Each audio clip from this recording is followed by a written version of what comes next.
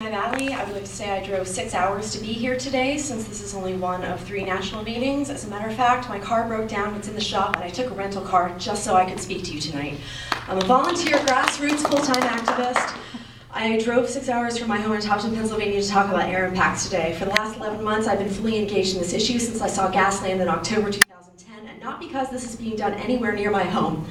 I study this issue 24/7. I call what I do frack around the clock. I've traveled to New Jersey 4 times, New York 7 times, been extensively to all corners of Pennsylvania fighting for the protection of all Pennsylvanians, for the state itself, its animals, and for all the sustainable sectors of this economy which depend on clean air and water, which include farming, wine and beer making, tourism and recreation, and sustainable forestry, which amount to billions of dollars, way more than the gas industry is contributing to the state. Let me be clear, shale gas drilling will come and go, but these other businesses, which are the lifeblood of the Pennsylvania economy, will be gone forever once big gas has its way with the state. I traveled up to the beautiful Endless Mountains region of the state over the weekend to attend a 4-hour seminar on Marcellus Shale impacts so that I would be prepared for today. But from my own study and from knowing many people who have been impacted directly, I already knew a lot about the vagaries of shale gas drilling air impacts. From the mundane travesty of 24/7 heavy frac truck traffic, constantly spewing diesel fumes daily, endlessly, lumbering up and down rural roads and destroying them while they were at it. I've seen videos of people outside in their front yard, and they just turn on the video camera, and all you see is a steady stream of frac trucks, just solid, bumper to bumper, bumper to bumper. And they sit there for like 40 minutes, but they swear that it goes on from morning to night, morning to night.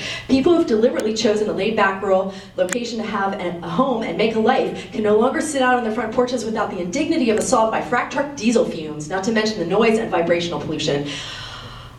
During the construction and fracturing stages, there are also issues with onboard engines, well completion cleanup, unplanned events such as blowouts, spills, leaks, and pipeline ruptures, which also disrupt the quality of the air, plus the abomination of open-air frac wastewater pits and well flaring.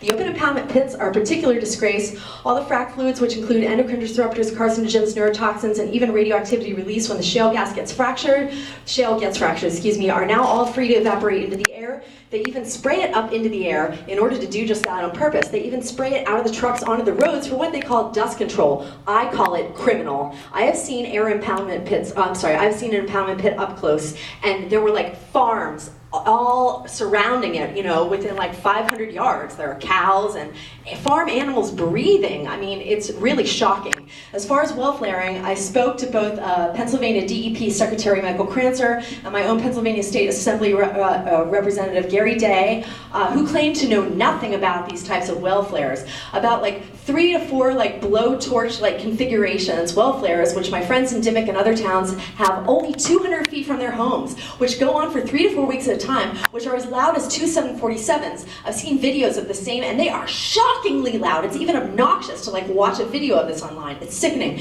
People who visit these sites firsthand can only stay for 5 minutes before the fumes overcome them with headaches and nausea. I listened to firsthand accounts of people who've been there. They said the smell of gases in their homes, they have sinus impacts, they have a cough every night, they have pain and earache and sore throat just from standing near them briefly. Plus they also just vent off pure excess methane, which is obviously a greenhouse gas 100 times more potent than CO2. We've all heard that before. But the flaring is inexcusably obnoxious. It is criminal the way industry has turned residential areas and state forests and game lands into heavy industrial zones. And then in the production stages, you have more truck traffic, onboard and mobile engines, compressor stations, condensate tanks, glycol dehydrators, fugitive emissions, and more, always more, unplanned events. You can always count on industry for unplanned events.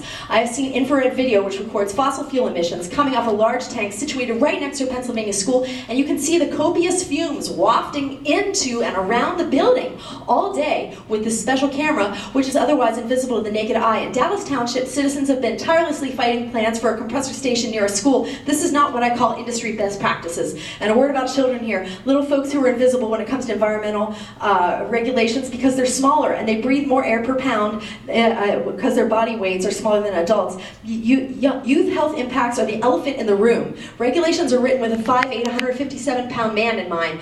And as Sandra Seingraber points out in her book Raising Elijah, big gas that regs don't protect children at all because they're much smaller. So any of the calculations you're doing, I mean, children's asthma attacks are like I mean, they're totally off the charts. Children need to be protected. So big gas fused into the air VOCs particulate matter, including silica from the sand of the frac fluids, which cause silicosis or microabrasions in the lungs, methane, carcinogens, B-tex chemicals, endocrine disruptors, neurotoxins. The recommendations for citizens to fight back and protect themselves and document industry abuses cost a fortune, and they amount to a full-time job. And I think the industry should be required to monitor their own pollution because... Your time has expired. Thank you very much. Thank you. Thank you for being here today. And also, I'd like to suggest that if you haven't done so already, that you submit your testimony in hard copy or electronic copy version to the... All right, can I still do that in electronic copy after I leave here tonight? Yes. There's a link for that online, right? Yes, ma'am. Okay, I can find that. Just ensure we captured it all. Thank you. Okay. Thank you for coming to college. Yeah. Ms. Williams. Thank you for making the effort to get here.